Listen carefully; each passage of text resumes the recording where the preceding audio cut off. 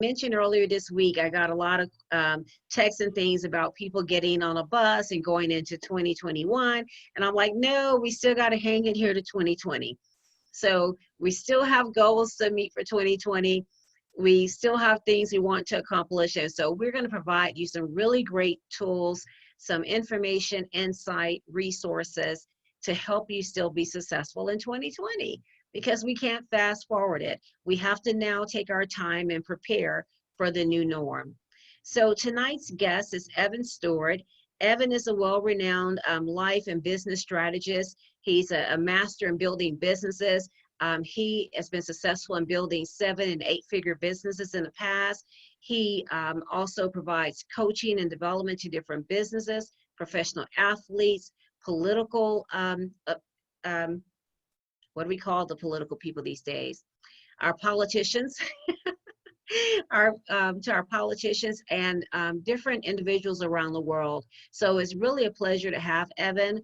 I actually thought of the purpose over profit. I didn't think of it, but I wanted to bring it and present it to you guys because Evan sent it out on one of his Monday morning motivations, and it spoke to me. It was positive, it was powerful, it was what we needed at this time. So without further ado, Evan Stewart. Oh, founder Wonderful. of Assessed Academy. Wonderful. Well, thank you for having me again, Joyce. I appreciate Yes. it. And I think, these conversations are so important right now to have because, what you're talking about is what you and I have discussed, privately and then on a couple of other mediums in regards to right now. There's so much tension, professional tension. People, Yes. unemployment rates are skyrocketing and people are trying to find their next move. But really, this whole dialogue stems from at least a belief that I have, which is that you deserve to be inspired, fascinated, and motivated by where you live, where you work, how you live and work, and who you live and work with. And so I'm Right. excited to dive into this conversation with you because I do believe you're a person that lives that life. And it sounds really existential and almost untouchable for so many people, but it's possible, isn't it? In fact, it's It is tangible. possible. You It is. just gotta claim it and go to work. Absolutely. Absolutely. So I'm excited to be here this evening. I really am thankful that you're allowing us to continue this discussion and bring value back to your great audience. Thank you. Well, I tell you, Evan, why don't you get started? Share why you put that post out that day. What were you thinking? What motivated you and said, you know what, today I need to talk to people about living their purpose? Well, the short nugget of it is that so many people aren't talking about this. It's that the measurements that we typically go by is the ROI. So what is the return on my investment when I spend this much of time, energy, and resources doing something? But you touched on something in my bio, which is interesting, which was the experience I've had professionally in building and scaling companies. Yes. And the reason why this is important is because that was the catalyst for even this conversation, which is those of you that have had an opportunity for us to engage before, you might have heard that the big part of my story was as a young individual, I didn't go out, I didn't party, I didn't holiday, I didn't do anything except work. And so I've been able to, by the grace of God, build some pretty important things in business without being 50 or 60 years old and getting it done at a young age. But the interesting thing was on the outside, so many people would see, a multi 8-figure book of business. They'd see, a multi-million-dollar salary. They'd see the life that's structured. And on the other side of that, what they didn't see was stress and anxiousness and waking up every day with a little bit less in the tank than the day before and still finding some type of energy to come home and justify to my friends and my family that I'm working for them, when in reality, I was really working almost for myself, for my own ego, for my own needs, because I wasn't present and I wasn't seeing and hearing and paying attention and knowing deeply the people that were important in my life. So the reason why I believe purpose over profit, and the catalyst for that post among all others, and even this conversation, is because I made it. I got there. And my definition of making it, really for me, it was being able to make strong financial decisions that don't have much of an impact. So like, do you buy which fancy brand of automobile, right? Do you want the Rolls Royce, the Aston Martin, or the Porsche? And having that be as an emotionless transaction as, do you want like ketchup or mustard? Which one do you, and I know it sounds really almost ridiculous, but I reached a No, it point where I doesn't. recognized like I'm trying to fill my life with things. And what I recognized was I was in a position where I was just siphoning away all the things that were important in the name of progress. And it was my progress, and it was only mine. It wasn't spiritual progress, relational progress. So purpose over profit really was that I lived the life that everybody said to live, and I worked and I went after the deals, and I built the income, but I was so poor, the only thing I had was cash. And I believe that while money is important, I believe personal Yes. development goes out the window when bills come in the door. Like, you can be the best Joyce, but if you Yes. come home to a stack of pink slips, there's going to be some distraction. I do believe it's important, but It's going to be a distraction. You're right. it's a distraction. But the other side of it is, if you can wake up every day without this being some daisies and roses idealistic world, if you can wake up every day inspired and ignited to move that day in your work and come home fulfilled, I believe everything else follows. So we're chasing the wrong, I say ROI, we're chasing the wrong thing at the beginning, which is the return on the dollar, instead of, okay, let's look at ourself and our spirit and our relationships and start really getting a union with that calling, a union with our purpose, and live in alignment to what is considered to be a gifting, or why you were created to be here. And the revenue and the impact, all of that follows. And that narrative, to answer your question, long run around a short walk, that narrative, Joyce, is why I sent out that email, and it's ignited great conversations like this one. I'm going to have to use that long run, a short walk. But, it's, they talk a lot for a couple of years. They're not doing it right now, in corporate, about work-life balance, right? And work-life balance is a very difficult thing to obtain when you're making it happen, right? When you're being successful at it. Because I heard someone say, when you're being successful at it, your biggest competitor is yourself, and what you need to do to tweak and change to make that same thing happen next year and the following year and the following year, right? Yeah. So as to your point, when you say, well, we're doing this for family and we want to be able to take family on vacations and do this to family, well, we're so consumed with getting to that next step and that next step and the next step that we're not doing those things that we set out to do. Right. Well, and you touched on something that I'd like to unpack for a minute, because I think it's extremely applicable, which is that concept of balance. Because we've all Yes. heard that before, work-life balance. And typically what Work-life we think is that work 50 and then I'm going to go life 50 and then it's a good life. And that's not actually what work-life balance is. See, I believe that burnout stems from a prolonged misalignment between your gifting and potential and your daily activity.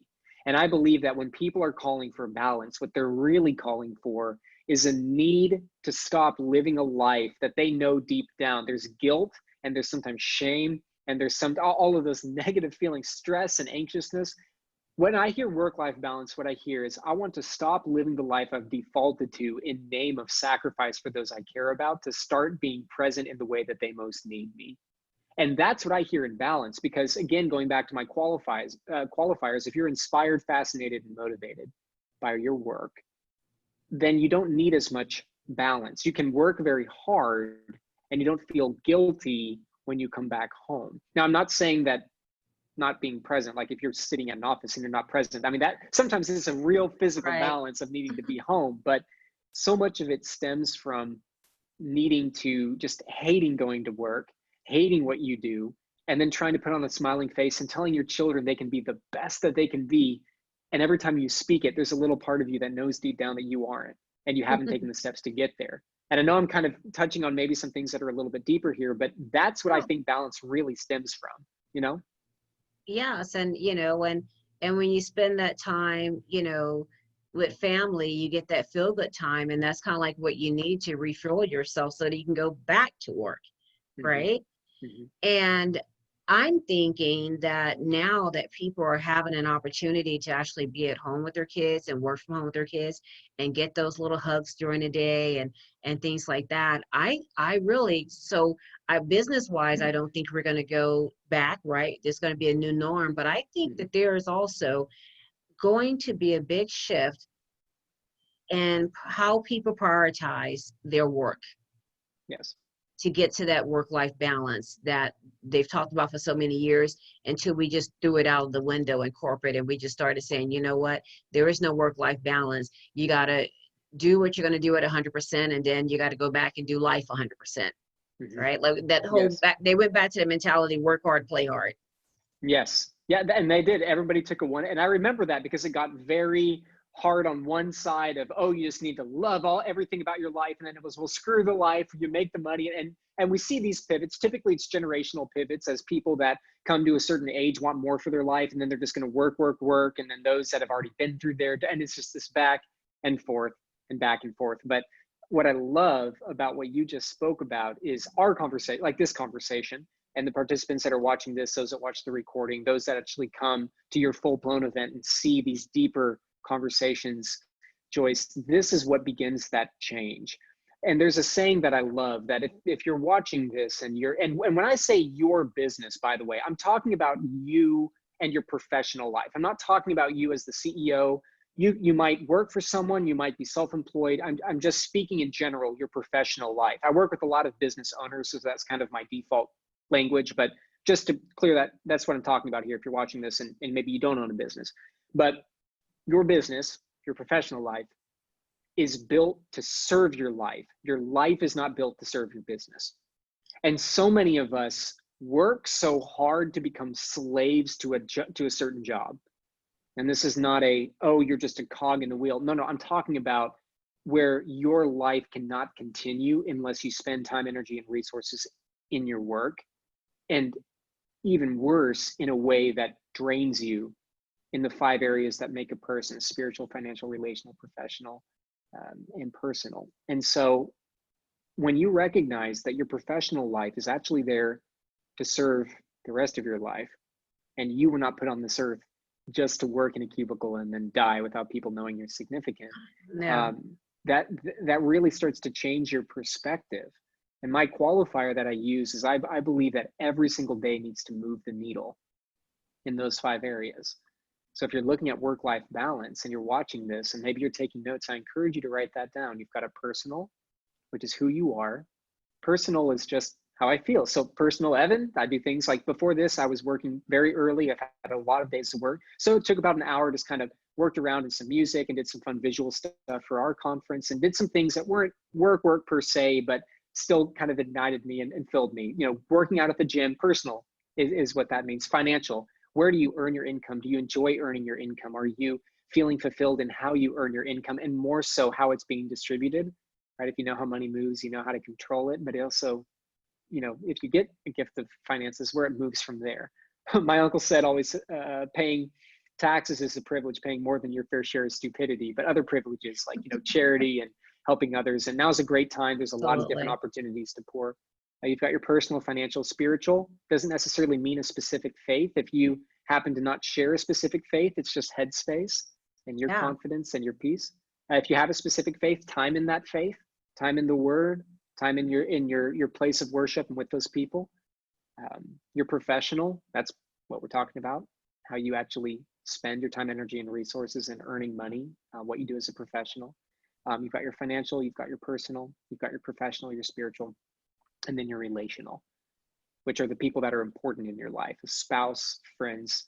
um, so I say those 5 areas because if I can end every week significantly touching those areas at least once during that week, that means that even if everything went haywire, even if COVID hit and crazy political divides deepen and all this craziness, even if all that happens, I know that my life as a whole still takes steps forward. And if you're watching this and you're trying to find that balance, balance can begin in the momentum of things getting back in check. And frankly, that's what helped me start to move out of that imbalance that we discussed, you know, at the beginning of the webinar. So you're saying that every week you need to spend a little time and the professional, which we probably spend the most time, Sure, the sure. personal, thinking about our financial, um, our spiritual, and then the relationships, spend time with our family. Right. And that's And you, intentional time. intentional time, be intentional Yes. about that. Yes. Yes. Not So just, like, oh, happen to run into the family. yes, exactly. And the biggest thing there is the intention. Not just being present, but presence is a mind, body, spirit. It's not a you physically being in the room. And so when I'm talking about that, I'm talking about if it's deeply intentionally working on, and when I say move the needle, I'm talking about even in a micro way, that area of your life takes a step forward. So when you're with your spouse, be with your spouse. When you're with your children, leave the phone away. When you're at work, be at work. And then if your job actually has a stopping point, like give yourself a stopping point. Because if you're a top producer, like deep in your heart, you love producing, there will never be a stopping point. If I stop this right now, Joy, I could go and work until I was absolutely Yeah. red. You know, I know you could too. I had to get to the point, Evan, where I just at like 6 o'clock or, what have you, because I had customers on the West Coast, customers on the East Mm-hmm. Coast. So Mm-hmm. at some point, and I, one time I just made it at 6 o'clock, I stop Mm-hmm. and I go sit on the sofa or whatever and just let my brain relax. And I may go back 3 hours later and do my to-do list and my follow-up for today and look at all the other emails that came in. But I Mm-hmm. just got to the point where I said, Joyce, you gotta start giving yourself that time, that stopping point. So I made that 6 o'clock. Granted, I was on conference calls at 7 a.m. with the East Coast, Sure. but and so I wanted to give the West Coast an extra hour because I'm in Central Standard Time, folks. So I just said 6 o'clock, I'm going to pause, not stop working, but pause for a little bit, and then go back to it a little later. Mm-hmm. Well, for those that are actually, you know, inspired, fascinated, motivated, like you are, which is, like we talked about, I know you are because you said pause, not stop. Those people that live those lives, they stop when they're dead. Like you're never going to stop. Maybe you slow down a little bit, but you're never going to stop. And the other component to that, which I know you felt this choice because all people who are top producers have, and again, my definition of top producer is just you're achieving the best of what you're going at. I know people that are top producers and they do ministry work and they earn a penny when other people earn $1 and they live life to the fullest. And so the other thing that you're going to fight with if you're watching this and you're wherever you're at in your journey, maybe you're here, is guilt. Deep, deep guilt. Like Joy's sitting on the couch, in the back of your mind, the phone could be used right now. And so you have to fight. Yes. And I don't want to speak for you, but I know for me personally, I felt that.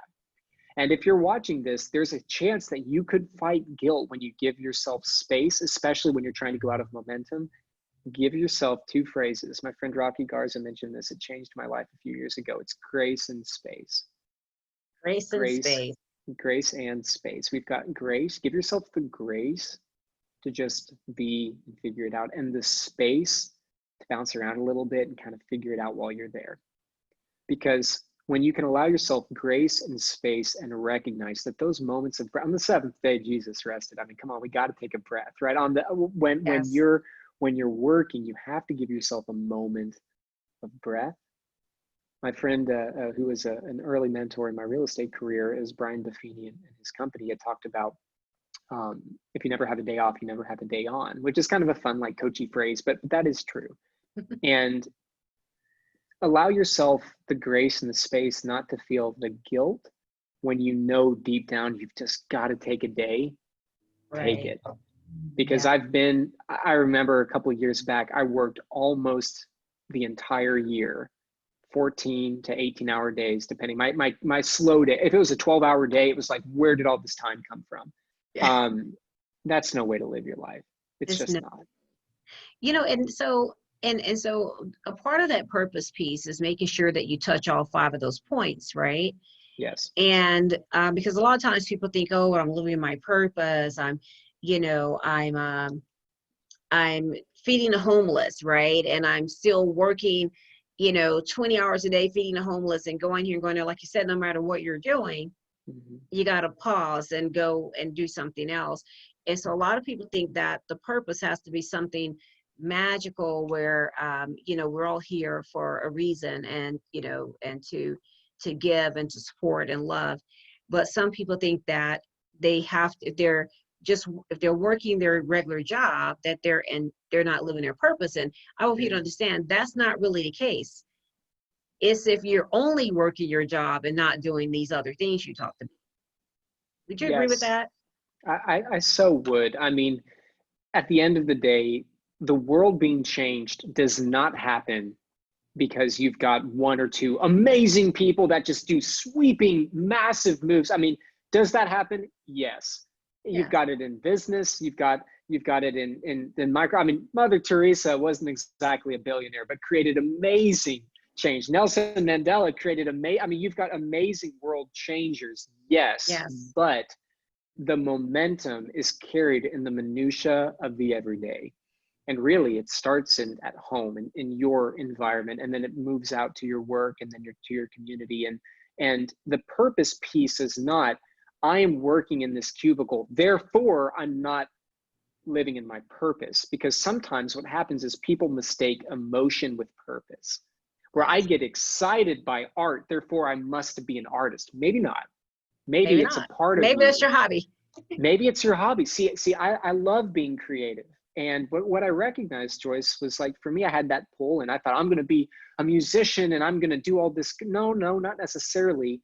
I was able to take that emotion and bring it back into the work of what specific, this question, this challenge. If you're thinking that, I challenge you to ask not why. We never ask why. It puts people in a defensive posture, including yourself. We ask what specifically about that emotion, what specifically about that doubt, I'm not living in my purpose, what specifically are you trying to accomplish? What specifically draws you away from your job? What specifically doesn't fulfill you about your work? Like, get to the root of it. Because more often than not, our life actually lines up in many ways with purpose. It's just we think that we always need to be at the forefront of leading this massive movement. And sometimes in reality, the massive movement is planting seeds in your community and your relationship. And over a millennia, those eventually grow. And that can be hard to accept for some people. It's hard to accept for me sometimes, where I want things to be moving in a greater capacity. But at the end of the day, if you want to first prosper where you're planted, you have to take root where you're placed. And we always want to get up and move and get up and move and get up and move. The first question and challenge I would ask is, if you feel that you're maybe not living in your purpose, the question, what specifically about your current life doesn't line up with where you believe your calling is? Have you even identified your calling? I mean, we're going much deeper here into the reality of, Yes. is that an emotion? Because something gets you excited, or is that a deep-seated spiritual belief, a derivative of divine truth, that you were created for one sole purpose and it's out of alignment with where you're spending your time? I mean, if you want to get into the deep-seated faction, it's a much deeper conversation. Absolutely. And I like what you said, take root where you are, because sometimes, where you are in a workspace. So I can recall going to a family member's funeral, an older cousin Coretta, and being at her funeral and just being full and crying, because when all of the people that worked with her said how she had impacted, changed their lives, and how she fed into them and supported them, and how, just how she made people feel and better about their lives and inspired them and things, you begin to think, wow, and who, I didn't know that, right? Mm-hmm. Mm-hmm. I didn't know that about her. And it also made me think that, like you said, what am I doing where I am? Yes. Am I touching people's lives? Am I mentoring? Am I feeding into people? Am I taking root, as you said?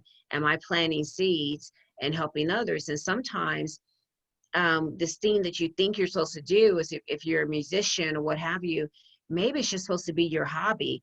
Maybe you're really doing your best work where you are. And you have to ask yourself that. And I think that's a lot of times why in corporate we do these 360 reviews, where you're asking people what they think about you, how you handle things and things. And that feedback that you get sometimes is overwhelming, because you're just thinking, wow, people think this greatly of me, right? Mhm. People are inspired by me. And so I don't, I just love what you said. Take root where you are sometimes and really process that, because if you do leave and shift and go somewhere else, there may be a community of people that need you where you are. And if you need Yes. to shift, fine, shift, but then make sure you take those same gifts with you and feed into people in the next space. But let's talk about the tactical, because you and I are having a really engaging discussion around these concepts. But I know you, Joyce, and how in your mentality of your coaching and your training, how important it is for you to give people tactical. And so I think if you're watching this and you're listening to this and you're thinking, okay, great, I'll stay here, but now what? Let's break it down and give you a couple of quick action steps, because I was literally having this conversation in a similar capacity with somebody earlier today, this afternoon. And I'd love to bring this to light, because so many of us, when we think of purpose, we think of purpose, right? I mean, the big deal, I mean, it's just Yes. like way up there. I, And Mother Teresa. exactly. And okay, it's great to get connected with an end goal. My end goal is large. I know yours is. I mean, it's great to get connected to that. But let's rewind back to right now. Um, you need to take a step first. And the best way to cut through emotional thoughts, which that is an emotional thought, is with logic, like a hot butter through a knife. And so what I encourage you to do is, if you think, let's say hypothetically, you're watching this and you think a part of you maybe needs to shift. There's an individual that I was speaking to earlier that really doesn't like his job. He wants to be elsewhere, but part of his job wants to be in another industry, and he's just ready to quit every day. I'm just quitting. Today's the day. I don't like my boss. I don't like my job. Screw everybody. I'm out of here. I mean, he is ready to quit. But here's the thing. So we go, okay, that's great. Got these great goals. Let's rewind. Before you do that, you just have to consistently make $500 in this other area. That's it. The goal is not to quit yet. It's just to start the drip. Because we hear this burn the ships, and we typically burn the ships in expectation of the after, but the after takes years. In the bio, that as when you introduced me so kindly, you touched on some of the things I did in business. I was on a podcast last week or 2 weeks ago, and the host asked, just how did you build that type of a business in your 20s? The answer was simple: do nothing but work every day for 7 years straight on one thing. I don't care if you're an athlete. If you go to the gym every single day, eat right, have a trainer, and only focus on your physical well-being, you will be beautiful, even more beautiful at the end of those 7 years. But it's the same thing as you move into the purpose. So we're starting with the what question, not the why question. What specifically about my work does not align with where I believe I need to be placed? Okay, great. Second question: where specifically do I believe I need to end up? Don't even get me started on the spiritual walk here. I'm just talking agnostically, black and white. Where specifically do I believe I need Right. to end up? And then what specifically about that goal, about that place, about that vision, about that purpose, what is the low-hanging fruit, one tiny little thing I can take now? So you're working as an accountant. You really don't like numbers, but gosh, you're just so smart and you're really systematic. But deep down, you know that you're also really great at talking with people and guiding people through moments of harm. And you think maybe you need to move into therapy. Okay, so you don't quit and then open up a therapy practice. No. What you do is you start that low-hanging fruit. How do we start to bring in the purpose to your day-to-day? So now maybe after work, you go out of your way to find people who need your counsel and your guidance. And so over the next 90 days, you start to build a rhythm of listening to people and seeing how they need to be heard and walk with them. And in that rhythm, you start to build up momentum with individuals. And now your people are reaching out to you specifically when they have hardship and referring you just as a listening ear to other people who have hardship. And as you go through your licensing process, now half a year later, you finally get that license and you can start getting paying customers. And now when that next person calls, you say, you know what, I'd love to counsel you on this, because I just got my license as a therapist, and frankly, I'd love to be able to help you. It's going to cost $150 to move forward. Is that okay? And they say yes. And you start that slow drip. And I know that's frankly not very sexy, but as far as sustainable transitions, if you really truly believe that there's a part that needs to transition, see, we plucked the low-hanging fruit, we brought it into our life. I don't have to build up this, I'm going to impact thousands of people and have franchises that help men and women through this and through this. No. It's just, I'm just going to start by listening. And that's how you can transition. If you're listening to this and you feel that you're stuck, then that's how you transition. Or if you feel like you're in purpose and you don't know where to go, same concept. It's the low-hanging fruit of the next level that you're looking at. You know, instead of impacting 100 people, how do we get to 150? How do we get to 500? You know, that type of thing. It can be applied across any level, but that's where I would begin. Absolutely. You know, it's like, how do I, increase that? How do I double this? And I like the fact that you mentioned getting into a rhythm. You know, said, oh, in 90 days, right? Or said it takes 90 days to create a habit. Do you need to do it over and over and over again for 90 days? And I can share that at the end of last year, I said I wanted to do tips and provide people, information and insight about sales. And so I said, okay, I'm going to record a sales tip every day for 90 days. And I recorded every day. Well, every weekday for 90 days. And I posted a sales tip. I went live on a sales tip. I recorded a sales tip. And that's really what it takes to be able to get there. Yes. And I said, I'm going to create this content. If I'm going to create this content, then I have to go about doing this every day for 90 days. It's just a long obedience in the same direction. That's it. Just like we had touched on in my business, I just did the same thing. One focus for 7 years. Like that's it. It's not complicated. It's not because I'm gifted. It's not because I'm smart. It's not because, anybody has really any extra special. I mean, every once in a while you get someone who's just a mathematical genius and they invent this thing. But in reality, the people that we typically look up to are individuals who just simply focus on one thing, didn't get distracted. I'm not going to invest in Bitcoin. I'm not going to build a real estate portfolio. I'm going to focus on one thing for a long period of time. And that's the thing. People don't typically gravitate when we talk about purpose. Purpose takes time. Purpose takes time. It takes time. And if you say, you know what, Joyce, I tell you what, you can live a life you're going to love, and it's going to cost you this much money, this much time, this many relationships, it take probably 10 to 12 years. How does that sound? You're going to say, no, that sucks. That's the reality of it. But if you think about it, again, what we touched on, grace and space, you're a moment in the journey. But now if we have an awareness of where to actually start moving towards, not just a want and a desire, wanting it is half the battle. No, it's not. Wanting it is none of the battle. Wanting it is thinking. Wanting it isn't doing. And if you start plucking that low-hanging fruit and moving it into your life, you start to build momentum. See, obedience is hard when we don't want to live that life. Archelius says we rise to the level, we don't rise to the level of our expectations, we fall to the level of our habits.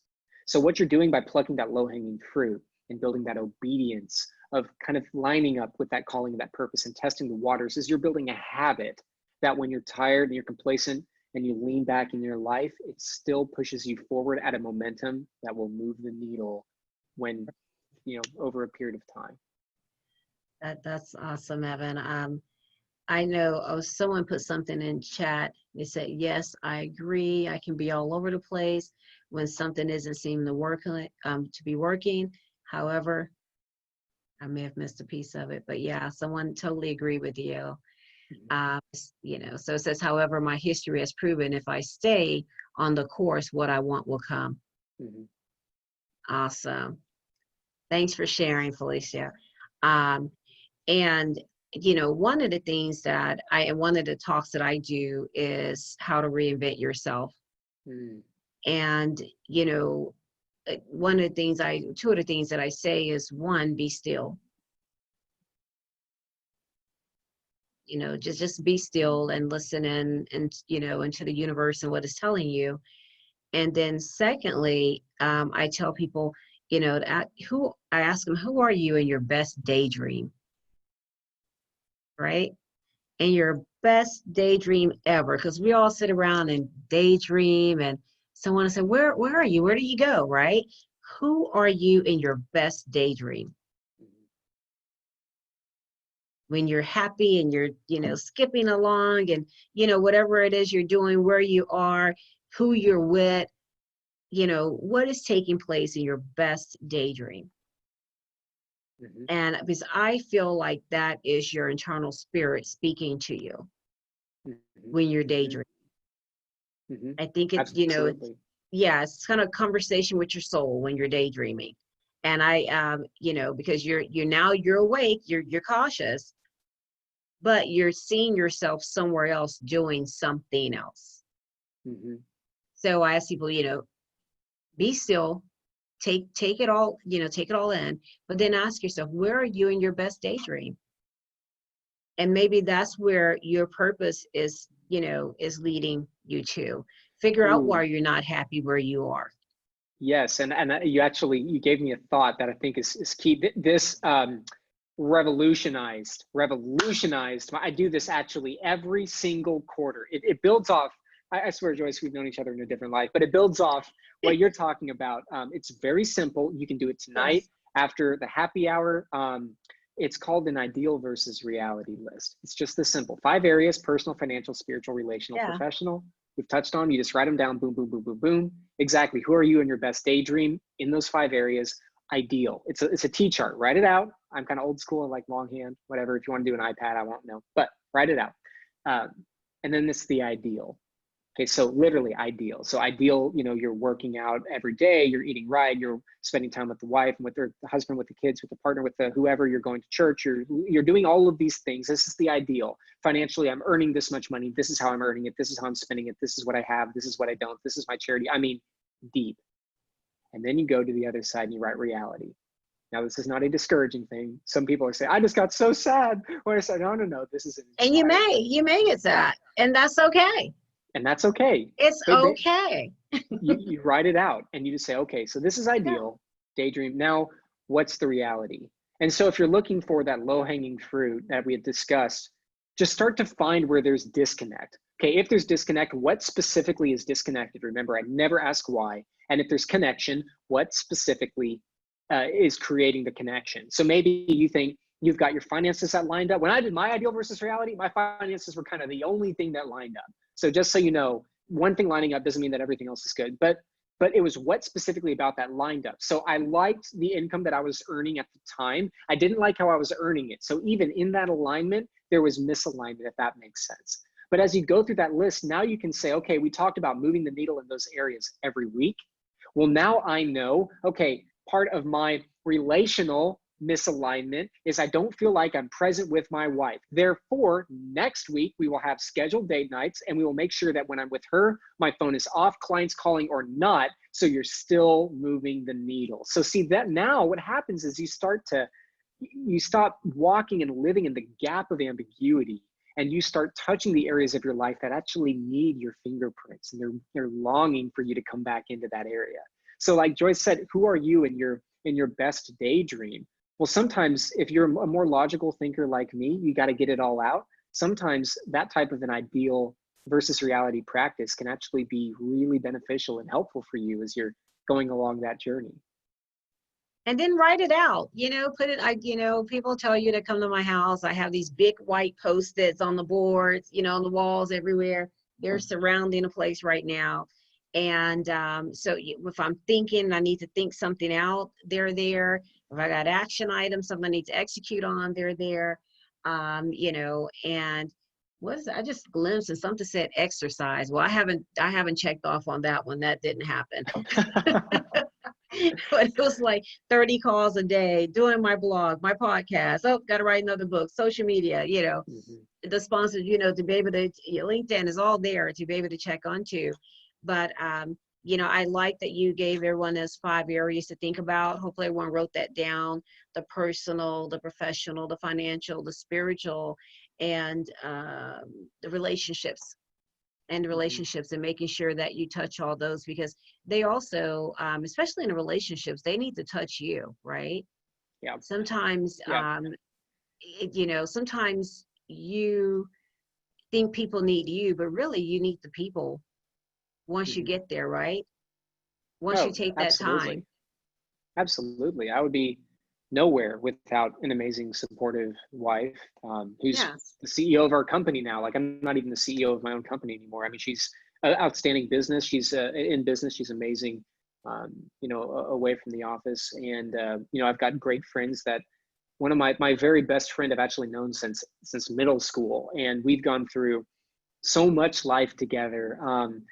So yeah, I mean, anybody who says that, I don't need anybody, really, that's a mask for they've gotten hurt in some form or fashion. They're saying, I don't need to get hurt again, therefore I'm going to shun out people in my life. That's a sign of weakness, not a sign of strength. And if that's vernacular that you typically incorporate, I'm not calling you out. I'm just, let's bring a recognition to that together. It's impossible to build a life that is sustainable and significant if you're the only one doing it. Mark Zuckerberg is an amazing man. Yeah, but he didn't build Facebook. The thousands of people that work at Facebook built Facebook. See, Mark Absolutely. Zuckerberg is a name that's elated because of the platform of amazing men and women under him that created that dream a reality, that type of thing. And if you watch the movie from the very beginning, he wasn't by himself, right? Right. From the very beginning, he had his friend who was a businessman, and then he met the guy from Nasper. Is that what it is? The old Mhm. music, from the beginning.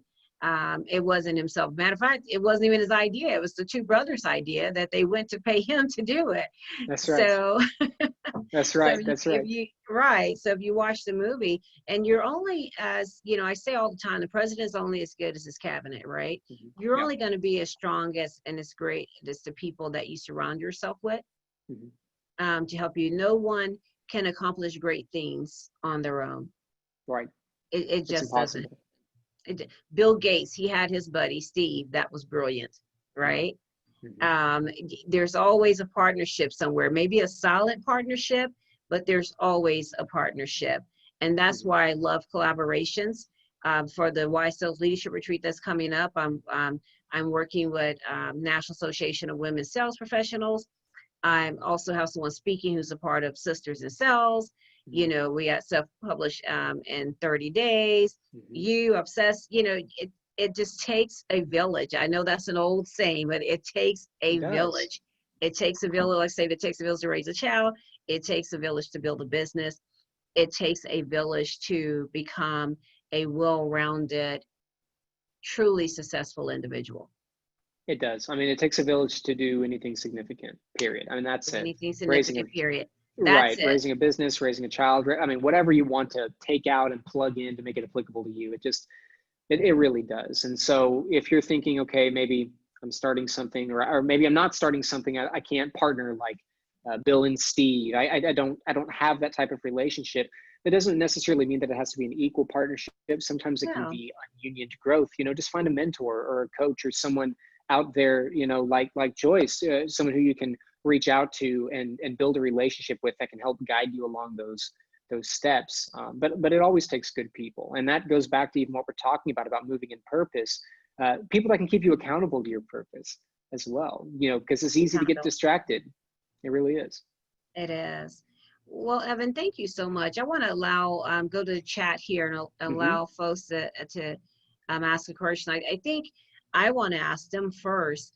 What's the one takeaway they'll have from this discussion that we've had tonight? So if you guys would go in the chat and just put, what's one takeaway that you're going to end the call with, and you're going to, put some thought behind it. And then if there's any questions you guys like to ask Evan, then also put that in chat. But just like to ask you guys on the call, what's the takeaway? We're talking about purpose over profit. And we're not saying you don't need money, but money is a tool to help us accomplish the things that we really want to do. Hmm. Absolutely. Darren says, how does Evan keep great hair like that while I 7 years saw working? that. That's one of the miracles, Darren. One of the miracles of that time. I don't know how I got married. I don't know how I good photography and I don't know. That was an act of God is what that was. So Darren, he probably was still going by the barber, right? yeah, He was I go probably, yes. I would go once, actually even still, I haven't because of COVID. So that's why I wear hats a lot right now because things are a little nuts. Uh, yeah, my hair grows so fast to go about once a week, once or twice a week. So yeah, it's crazy. So Keely said, enjoy the work and the people you're around. Mhm. Um, I think that's great. Yeah, you're right. And Keely is a student getting ready to graduate from college. So I'm Mhm. happy that he's on here today and listening to this conversation. As I I'm too. said, early in life, sometimes, we still as young people, we got to go out and just figure it out ourselves. And, you know, every generation knows more than the generation before them, right? Well, that is true, but you can learn. Akili, I didn't realize that. I want to talk to you specifically for a second, and anyone else that's watching this that's young. Um, I'm 26. I turned 27 in September. You are never too young to get started. Okay, my last company broke 25 million in sales when I was 25 years old, and when I exited last year, it was 35 annual book of business. Now, I don't say that to be braggadocious. I say that to be very clear. You do not have to be 40, 50, 60, 70, 80 before you do something significant. That is a lie. It just takes a lot of work. You can't do much else, right? My life didn't really go anywhere from 18 until 2025. But I want to speak to you specifically that this time, I don't know your life situation, but many individuals don't have as nearly as many commitments. Maybe you don't necessarily have a family, or it's a small family, or whatever the life looks like. If you're in your 20s right now, this is an amazing time to put forth a lot of effort, because realistically, everyone's going to say you're too young Mhm. until you start to do something significant, and then your age becomes a reason people want to work with you. I used to be so ashamed of my age. That's why I grew my beard. It's because I looked older. But in reality, I love that you're here and that you're engaging with Joyce and her content, and you're diving into these things, because it is totally possible to build something not just significant but astounding at a young age. It doesn't mean it's going to happen immediately. Still took 7 years of really hard work, and years before that of other work and mentorship, and going at it for a long time. But it is totally possible. So just to speak to you specifically, thank you for being here, first of all. But don't ever let anybody plant a seed of doubt in your mind that because you're a young individual, you cannot achieve something significant. It does not mean that it has to take half your life to get there. It really And to doesn't. Phil also, Phil, my intern, who's managing the call, who we were on together with initially, Phil will also be graduating this year from college. Mm. So for Well, both of you guys, ditto. yes. So ditto to Phil as well. So they will both of those young men will be graduating from college this year. So, and he said, and Akili said, thank you for the words of encouragement. You're welcome. Yes. And I know that, wait a minute, Darren had said something else. Let me find it. It was something around the time it takes to build. I I know see. I need to put my glasses on. Oh, Let's what just his takeaway was, the time it takes to be successful, was his key takeaway. Yeah, 7 to 10 years sometimes. And that's true. My key is it typically takes whatever I sit down and whatever I analyze for the work, I always estimate it's going to take 3 times as long and be 3 times as expensive. That's just what it is. So if you think you're Definitely going to three times do as expensive. definitely, sometimes it's Definitely more. three Oh times my as God. expensive. Yeah, God forbid you start doing anything like what Joyce and I are doing with conferences and stuff. Whew, that gets expensive real quick. But no, Yes. it does. It does take so much time. It does. But I love the phrase by my mentor Tim Story, and he says, "I'm not where I want to be, but thank God I'm not who I used to be." And I think that's a beautiful, Oh, encouraging statement, because in that season of growth and wilderness, it can be so discouraging. But if you just look back, and I have a hard time with this, so this is a practice I really struggle with. But just looking back and just taking a minute to recognize that walk over the last 12 to 24 months, that can be extremely encouraging to see where you were at and where you're headed right now. and I know we're going over a little time because we got started late, but I'm going to move it on. But I do want to say again to the college students as well, because I've said this to them. What Evan just said, you have to acknowledge where you are. You're not where you were before. you've accomplished something. You've accomplished being able to be consistent in college, going to class, getting your education, getting your studies done, and becoming well-rounded individuals while you're adulting. And what you're doing, many cannot do, many have not accomplished. So while, you have to be grateful in the moment for where you are and what you've been able to accomplish. Yeah. So that's it on that. But they've heard it Absolutely. before. Absolutely. I didn't even finish school, so they already got a leg up on me there. So. They've heard it before. It just whatever you do, it takes a discipline, and college helps them, learn that discipline.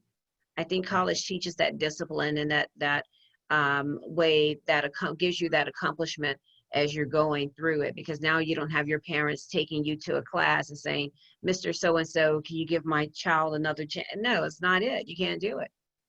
Yeah. Right? You have to work, you have to pay bills, you have to understand different things. So, again, great accomplishments to these young men, and looking forward to them graduating this year. So we're going to close that part of it out. There's just a couple of things that I want to go over with you guys. First of all, I want to say thank you to all of our sponsors. I say thank you every week to the Bahamas. We were initially supposed to have the Wise Sales Leadership Retreat on the beautiful Bimini Island in the Bahamas, and we've had to check and adjust, I would say, and then some people may say pivot or whatever, and move to a virtual platform.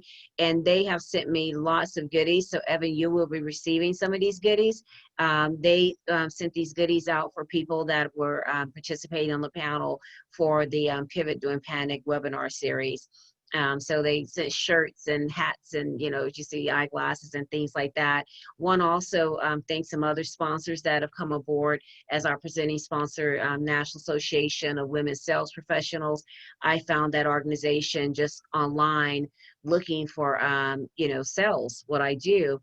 And Cynthia Barnes, who is the leader founder of that organization, has really been a blessing in my life. She's really taken over and mentored me and been there. And I appreciate her truly for everything that she's adding to this event. We are going to have our man cave now, since they're opening things up a little bit. We're going to go live from Lucio, Houston, which is a men clothing tailor shop. And the gentleman, Hector, who owns it, he used to be a newscaster. He used to be like the weatherman. And he also owns his own tequila and obviously and cigars. And so the guys are going to get together there and have their man cave, and then broadcast out virtually to the other men who sign up for the retreat. And then Larry Brooks over at Texas Real Estate, Brooks and Davis Real Estate, I should say, he calls himself Texas Real Estate King. He's given us shirts for the men, for the Man Cave, from his Pure Hustle brand, which is really awesome. So the men, I've been wanting to put something special for the guys, because they said, oh, it's a retreat, it's just for the women. No, men, we finalized it. We have something special for you. Your Man Cave is going to be in full effect. The men are going to have opportunity to get together and talk amongst themselves about, what they're experiencing during this time as business owners, husbands and fathers, and the people that we need to lean on to keep us going. So just wanted, like I said, to thank this couple other people that came on. And I always get a lot of great support from Self-Published in 30 Days. Everyone knows that Darren Palmer is my guy, and he's really been helping us along with this platform as well. Go to the next slide, Phil.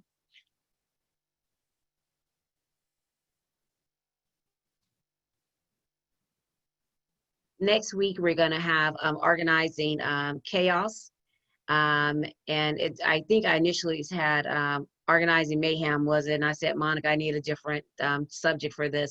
But Monica is just a mastermind at organizing things and finding tools and resources. And I think while we're all at home, I don't like clutter. And at one time, my office desk, because I have this, my office desk is actually a table. It's a dinner table that I saw at a furniture store, and I wanted it. So that just goes to say it's a really oversized table, and it was so much on it, and I don't like clutter. And but also just organizing, your work and things that you need to do to simplify your life. She's going to give us some tools, some resources. She has another young lady that's going to join her. But I feel that I think we're going to be working from home a little longer than we thought. And then I think some companies are actually just going to start having employees work from home. So I think it's important that we actually get organized from our kitchen tables and things like that, and create some workspaces and find out how best to go about organizing our work life. The next one, Phil. So again, I talked about Why Sales Leadership Retreat and our virtual learning conference now, and that's going to be June 25th and 26th. And we have a lot of great things planned. Actually, at the end of this week, over the weekend, we're going to put up all of our breakout sections, and we have have one more thing that we're planning that we just need to confirm, and that's our comedy hour. So we're going to have a comedy happy hour called Don't Whine, Drink Wine. So again, since we can go live somewhere, we're going to go live from a place in Houston, and then we're going to go out virtual to all the people who attend the conference and have a really good time. We have a great comedian. We've told him what we want the topic to be, and he's already creating some things. He's local here in Houston, so he's going to show up at a place with us and go live. And we're going to have a really great time. Phil, go to our next slide. I'm going to wrap it up. So our speakers, on this platform, I wanted to bring our speakers in to give people a little snapshot into who they are and the value that they bring and why they were selected for this platform of Why Sales Leadership Retreat. When I thought about the theme, #2020 Reinvention, and what it takes to do just that, and I wrote all the subjects that I wanted, the topics I wanted to be able to talk about, then I put matched the people up with it. So the people that are part of this platform are here for a reason. They're here to guide you and to help you and provide you with resources like Evan did tonight. He's going to be talking about the art of letting go, because we all know until we let go of the old stuff, it's going to be very hard to move forward successfully with the new. So thank you again, Evan, for tonight. Next slide. So want you guys to go out tonight and get registered for the event. The event is $119 for the 2 days. Again, we're going to have 3 breakout sections that you'll be able to attend at 10 and 2. We're going to have our friends from the Bahamas do a panel on doing business with the Bahamas. So for those of you who are interested in maybe doing some business with the Bahamas, having your own retreat there, conference, doing a family reunion, whatever it is, they're going to talk to you about how you can work with their organization. Then in addition to that, like I said, we're going to have the man cave, we're going to have the comedy hour. We are going to, our great friends at National Association of Women Sales Professionals is going to give everyone, for your $119, they're going to give everyone a 1-year membership that's worth $150, or valued, I should say, at $150, but you get so much more. They have so many great webinars and educational content on their site for their members. We are going to send you a wine glass, a notebook.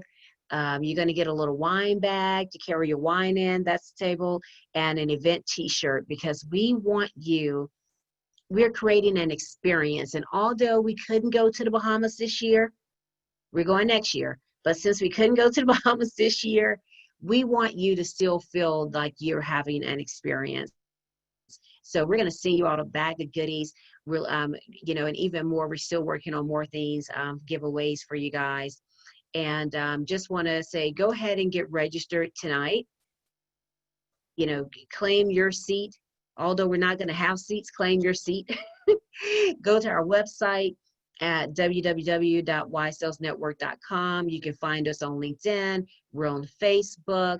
Eventbrite has the link for you to register. We're doing it through Eventbrite.